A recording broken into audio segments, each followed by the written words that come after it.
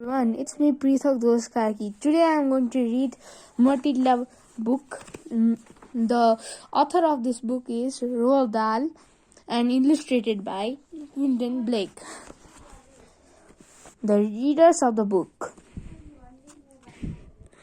It's a funny thing about mothers and fathers. Even when their own child is the most disgusting little blisters you could ever imagine, they will still think that he or she is wonderful. So parents go further. They become blinded by adoration. They manage to convince themselves their child has qualities of genius. Well, there is nothing very wrong with all this. It's the way of the world. It is only when the parents begin telling us about the brilliance of their own revolting of sprinting that we start shouting, bringing us a basin. We are going to be sick. School teachers suffer a good deal from having to listen to this sort of twaddle from proud parents. If I were a teacher, I will cook up some real sculptures for the children of doting parents. You are Maximilian. I will write is a total washout. I hope you have a family businesses. You can push him into when he leaves school because he sure as a heck won't get a job anywhere else. Or if I were feeling lyrical that day, I might write, it is a curious truth that grasshoppers have their hearing organs in the sides of abdomen. Your daughter's vanished son, and judging by what she learned this term, has no hearing organs at all. My mistake. I might even delve deeper into a natural history and say the periodical Nasidia spent 6 years as a grump underground and no more than 6 days as a free creature of sunlight and air. Your son Wilfred has spent 6 years as a grump in this school, and we are still waiting for him to emerge from the cleanliness of a paratical poisonous little girl might sitting me into saying Fiona has the same glycal beauty as an iceberg, but unlike the iceberg, she has absolutely nothing below the surface. I think I might enjoy writing end of the term reports for the stinkers in my class, but enough of that. We have to get on.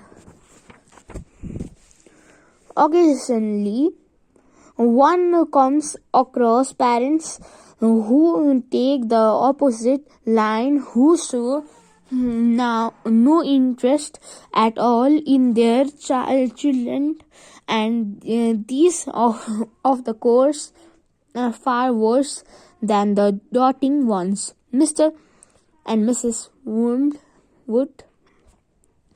were two such parents. They had a son called Michael and a daughter called Matilda.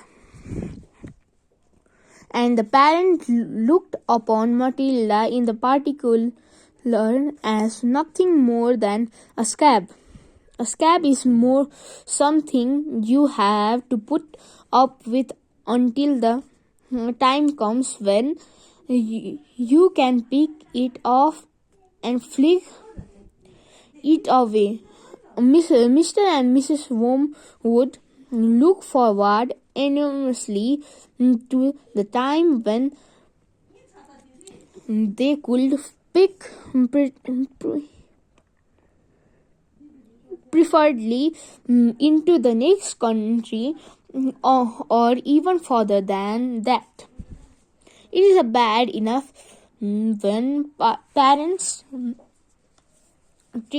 treat ordinary children as though they were scabs and business, but it becomes somewhere a lot worse when the child is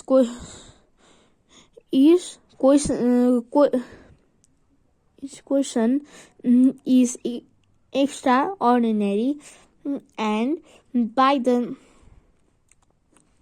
that she means sensitive and brilliant. Matilda was both of these things, but above all, she was brilliant. Her mind was so nimble and she was so quick to learn that her abilities should have been obviously even to the most half-returned of parents. But Mr. and Mrs. Wormwood were both of the groomless and so wrapped up in their own silly little lives that they failed to notice anything unusually about their daughter. To tell the truth, I doubt they would have noticed had she crawled into the house with a broken leg. Page number 5. Matilda's brother Michael was a perfectly normal boy, but the sister, as I said, was something to make your eyes pop. By the age of one and a half, her speech was perfect, and she knew as many words as most grown-ups. The parents, instead of ablating her, called her a noisy chatterbox and told her sharply that small girls should be seen and not heard. By the time she was 3, Matilda had taught herself to read by studying newspapers and magazines that lay around the house. At the age of 4, she could read fast and well, and she naturally began hankering after books. The only book in the whole of the enlightened household was something called Easy Cooking, belonging to her mother. And when she had read this form cover to cover and had learnt at the recipes by heart, she decided she wanted something more interesting. "Daddy," she said, "do you think you could buy me a book?" "A book?" he said. "What did you want a flaming book for?" "To read, Daddy." What's wrong with the telly? For heaven's sake. We have got a lovely telly with a 12-inch screen, and now you come asking for a book. You are getting spoiled by my girl. Nearly Every weekday afternoon, Matilda was left alone in the house. Her brother, 5 years old than her went to school. Her father went to the work and her mother went out playing bingo in the town. 8 miles away, Mr. Wormwood was hooked on the bingo and played in the 5 afternoons a week. On the afternoon of the day when her father had refused to buy her a book, Matilda set out all by herself to walk to public library in the village. When she arrived, she introduced library in the village. When she arrived, she introduced herself to the librarian, Mr. Phelps. She asked if she might sit a while and read a book. Mrs. Phelps, slightly taken aback an arrival of such a tiny girl, unaccompanied by a parent, nevertheless told her she was very.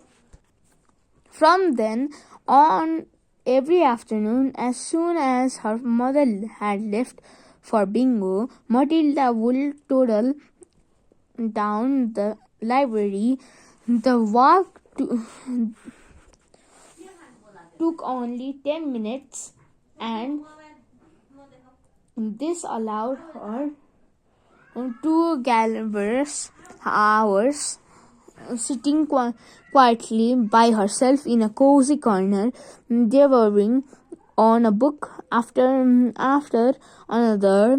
When she had read every single children's book in the place, she started wandering around in searching of something else. Mr. Phelps, who had been watching her with fascination for the past weeks, now got up for her desk and went over to her. "Can I help you, Matilda?" she said. "I am wondering what to read next," Matilda said. I am wondering what to read next," Matilda said. I have finished all the children books." "You mean you have looked at the picture?" "Yes, but I have read the book as well."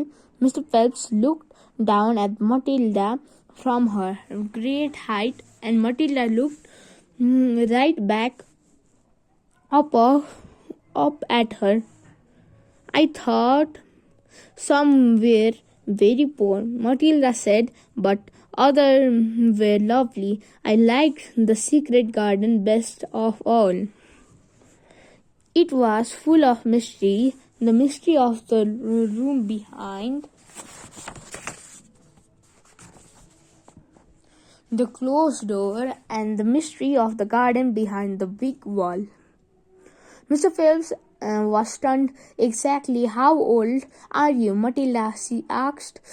4 years and 3 months," Matilda said.